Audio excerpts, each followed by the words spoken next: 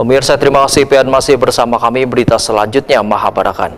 Orang dengan gangguan jiwa atau ODGJ yang terpaksa harus dipasung ternyata masih banyak ditemukan di wilayah Kabupaten Barito Kuala, Kalimantan Selatan. Salah satunya Ahmad Bahrudin, berumur 23 tahun, warga desa Bagagap, Kecamatan Barabai, Kabupaten Barito Kuala, yang hidup dalam pasungan keluarganya di sebuah kamar sempit dengan batis terantai.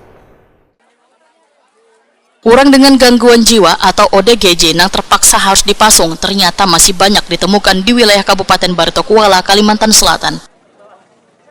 Salah satunya Ahmad Bahrudin, berumur 23 tahun, warga desa Bagagap, Kecamatan Barambai, Kabupaten Barito Kuala, yang hidup dalam pasungan keluarganya di sebuah kamar sempit dengan batis terantai. Barkani, paman Ahmad Bahrudin Wahitakwani Prima TV, jelang tengah hari Rabu 12 Juni 2024 memadahakan keponakannya mengalami kelainan semenjak abahnya meninggal dunia, wan mamanya menikah lagi. Menurut Barkani, keponakannya ini dahulunya anak nang pintar, bahkan selalu mendapat ranking waktu bersekolah SD. Keponakannya dipasung lantaran sering pergi jauh hingga kada bisa menuju bulik ke rumah. Keponakan kita ini sejak kelas 5 SD sudah ada perubahan. Jadi perubahannya dia nggak bisa ngomong, kita ajak ngomong nggak mau, dia diam. Kemarin itu awalnya kenapa Pak? Awalnya kemarin gara-gara bapaknya meninggal, mungkin trauma kira-kira. Nah, ibunya kawin, habis kawin mungkin dia di kamar sendirian, jadi akhirnya timbul perubahan seperti ini. Orangnya bagus saja, menulis, membaca, pintar aja. Lalu kenapa Pak jadi sampai di rantai ini Pak? Sampai dipasung untuk ini, kemarin dia jalan-jalan sampai ke Maraban sana jalan-jalan. Udah berapa tahun? Sejak tahun kapan Pak? Sudah umur berarti sudah 10 tahun dah. Dipasung nih Pak? Diperkirakan 10 tahun dah. Di sini tinggal dengan siapa? Di sini tinggal sama ibunya. Ini rumah bapaknya ini. Bapaknya meninggal kemarin tahun 2008. Menteri Sosial Republik Indonesia Tri Risma hari ini nang mendatangi rumah Ahmad Bahrudin meminta keluarganya untuk membebaskan wan dirawat di RSJ Sambanglihum, Kalimantan Selatan.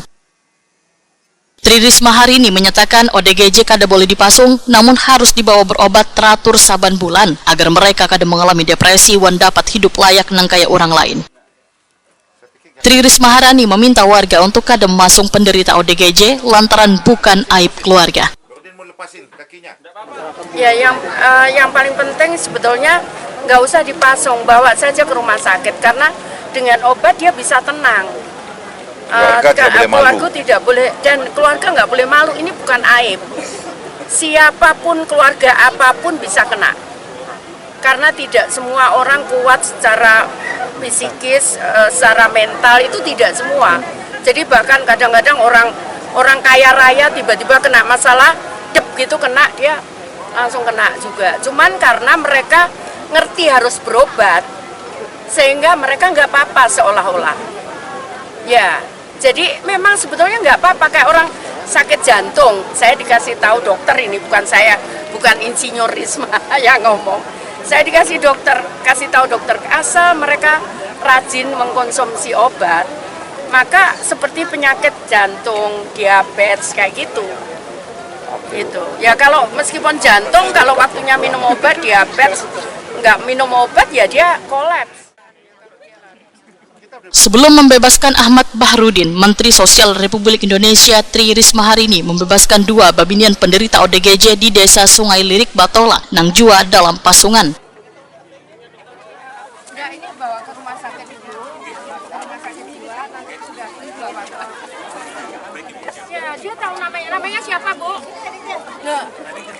Makanya, nggak apa-apa ini kalau tahu namanya itu. Ya.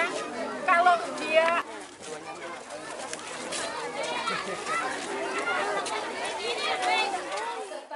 dalam kunjungannya di Kalimantan Selatan, Menteri Sosial Republik Indonesia Tri Risma hari ini juga memberikan bantuan berupa operasi katarak gratis pada lebih dari 350 warga Batola dengan sistem pengobatan mutakhir, yaitu dengan cara disedot atau proses waktunya cukup singkat serta memiliki resiko terendah.